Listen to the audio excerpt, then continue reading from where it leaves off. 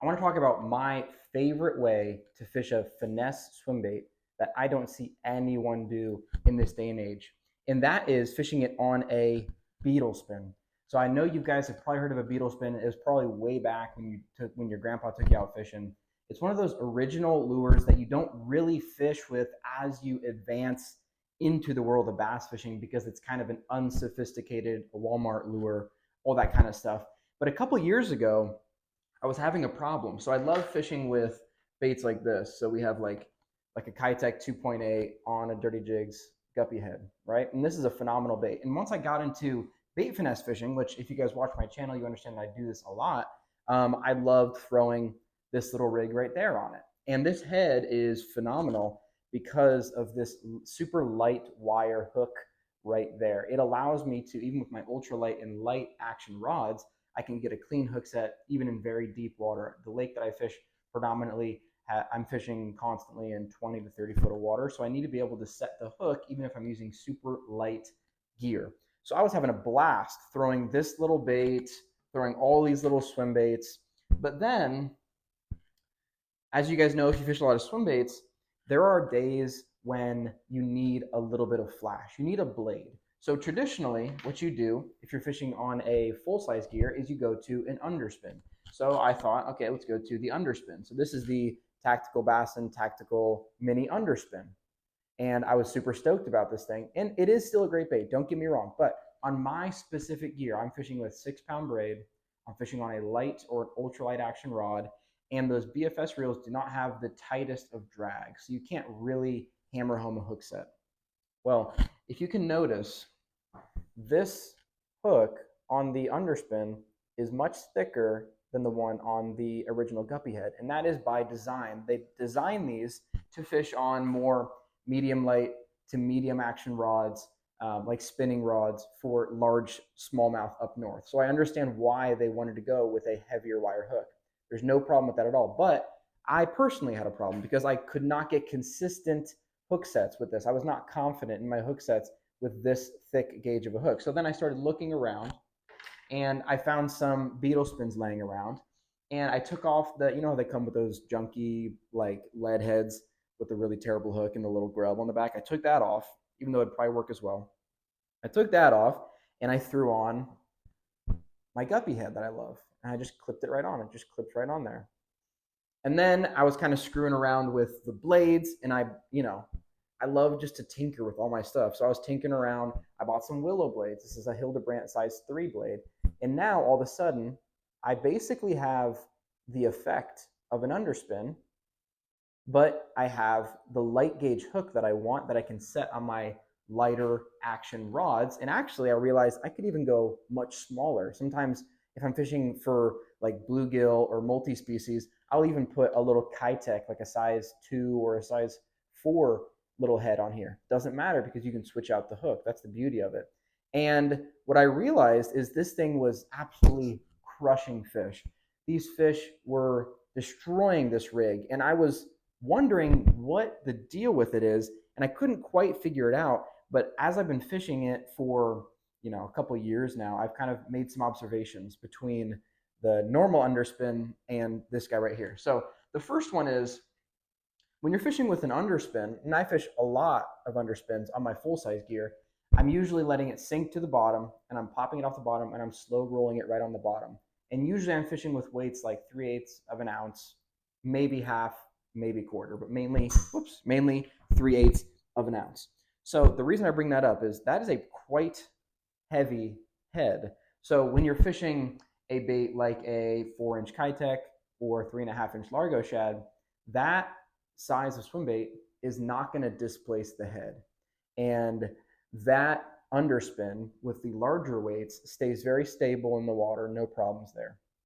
What I was realizing when you're throwing baits that are, you're throwing a little X-Zone swammer on a 1/8 ounce guppy head, well, now you have a couple things going on here. You have the blade that is below the body.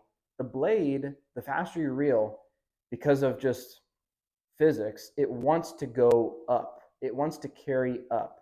So if you're reeling somewhat quick, this underspin will start to tip. Even though it is a great design underspin, I don't think there's anything they could do design wise to fix that. It's just kind of how the physics of the blade on the belly works. But the problem I was having is when you throw it on ultralight gear, you can't throw quarter ounce, 3/8 ounce. You have to throw the 1/8 ounce. And then when you throw baits like the X-Zone Swammer, which is a very aggressive swim bait, it's very stiff plastic, or a 3-inch Largo shad, I was finding that it was very unstable and it was like tipping, and just the presentation was off and it wasn't natural unless I was going very, very slow. So the solution I would have for this guy is I would put on something like a Kitech, which can be reeled extremely slow and still kick, and you would run this thing really deep and you just reel it very slow. And there's no problems there. But I wanted something more versatile, something I can throw all over the place in ponds, in my lakes, super deep water, suspended fish. And what I found was this setup here, and let me thread on this bait here. This is the X-Zone Swammer. This setup here with the beetle spin, this thing fixed a lot of those issues. The first issue it fixed was the stability issue, which is my personal favorite issue that it fixed. And the reason being is because there's nothing worse than spending 30 minutes throwing a bait and then realizing that your presentation looked nothing like you wanted it to the entire time.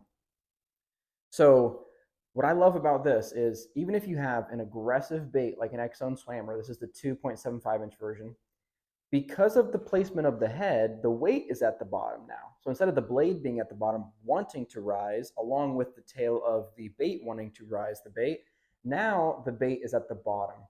And there's really no way for this thing to move up this wire, and it's not going to flip the blade because the blade is stabilized at the top. So this is actually working with the physics, whereas the underspin is really working against your physics in terms of stability. So what happens when you have a really aggressive bait like this swammer, it doesn't tip the whole bait and ruin the presentation. It actually makes it super awesome because it'll shake the head at the bottom of the rig like this, and it looks super erratic, but this blade is just up here steady, and then this head down below will be shaking like this. So that's the first thing that I realized, that is a super unique presentation, very different from your traditional underspin where the blade is locked in to the head, and when you reel too fast, it wants to tip. So that's the first reason. The second thing that I realized is that you can fish this thing in much more grassy areas. So if you guys have ever tried to fish with an underspin in like your local pond, or maybe throwing it a little bit too shallow, you know that if you let it sink too fast, this blade gets caught up in the grass and the muck, and then you're kind of screwed. It kind of ruins your entire presentation, right? Because that blade is the first thing to touch, and all these wires, all these split rings, they just want to grab onto grass. So that's kind of a flaw of this design as well. And don't get me wrong, I throw a lot of underspins, but with this guy right here, now at the bottom is a completely flat bait. There is no hook, there is no split rings to get caught on grass.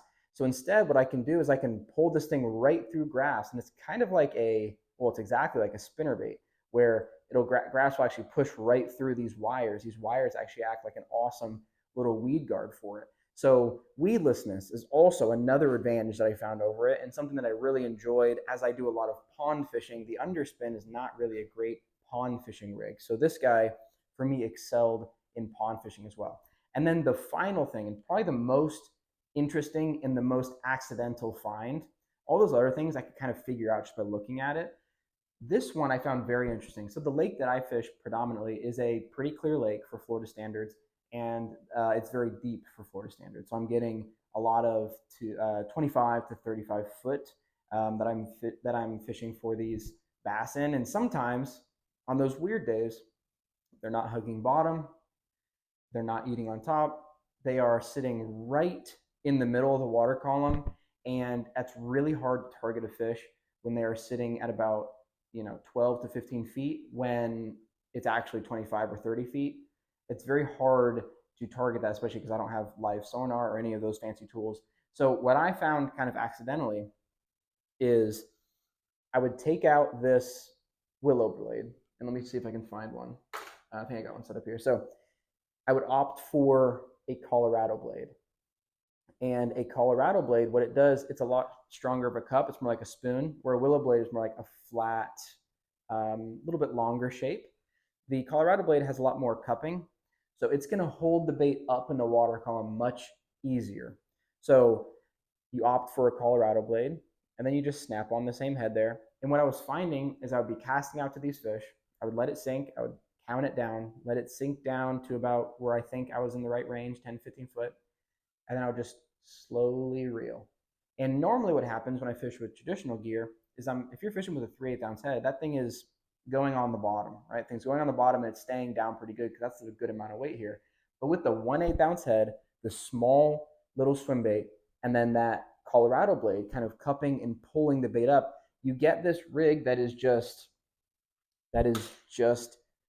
methodically going right through the water column, right in the middle, and it's going so slow. It is just that blade is keeping it up, and that little tail is just kicking, but you are able to reel it so slow because of how light the bait is and the light gear that you are using. This is something that you cannot do with like a normal spinner bait on a full-sized rod because there's too much weight on there, and that presence is just too large. So that's something that I found super interesting. This thing is a killer for suspended bass because you can just slowly reel it in, do nothing to it, and it's just right in the middle of the water column, and those fish just get pulled to it. It's an easy meal, and I would catch a ton of fish just in the middle. It seemed like the middle of nowhere, 10 to 15 feet down in 30 foot of water, and it was amazing. And I've done it a couple years in a row now, so now I kind of like have locked that in as one of my go-to strategies when there are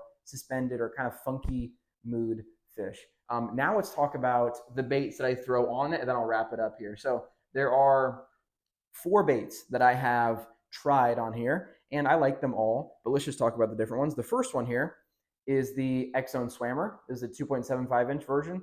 This is a newer bait. For the longest time, X-Zone only had like I think 3.5 and 4-inch baits, so they didn't have this smaller size. So when they came out with this, that was really exciting.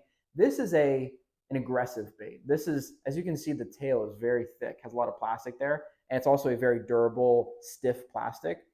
There's pros and cons to that. Cons obviously being that in colder water, if you're fishing slower, it's not going to kick as well.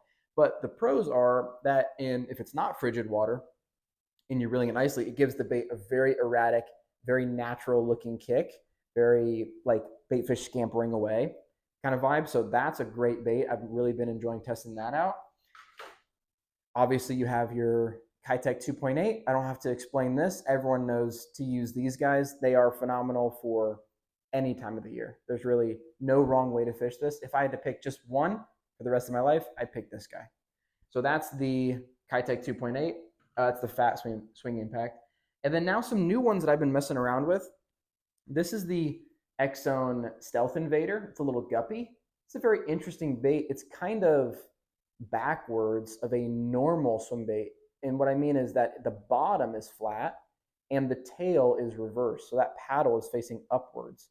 So I find this, and it's also very, very thin. So I find this very compelling for ultra clear, very cold water, or just if I want to go very slow, or you just want to show them something different. But this tail kick is very, very subtle. So if you're in very murky water with aggressive fish, this probably isn't your go-to. It'll probably still catch fish, but it's probably not going to pull the most amount of bites.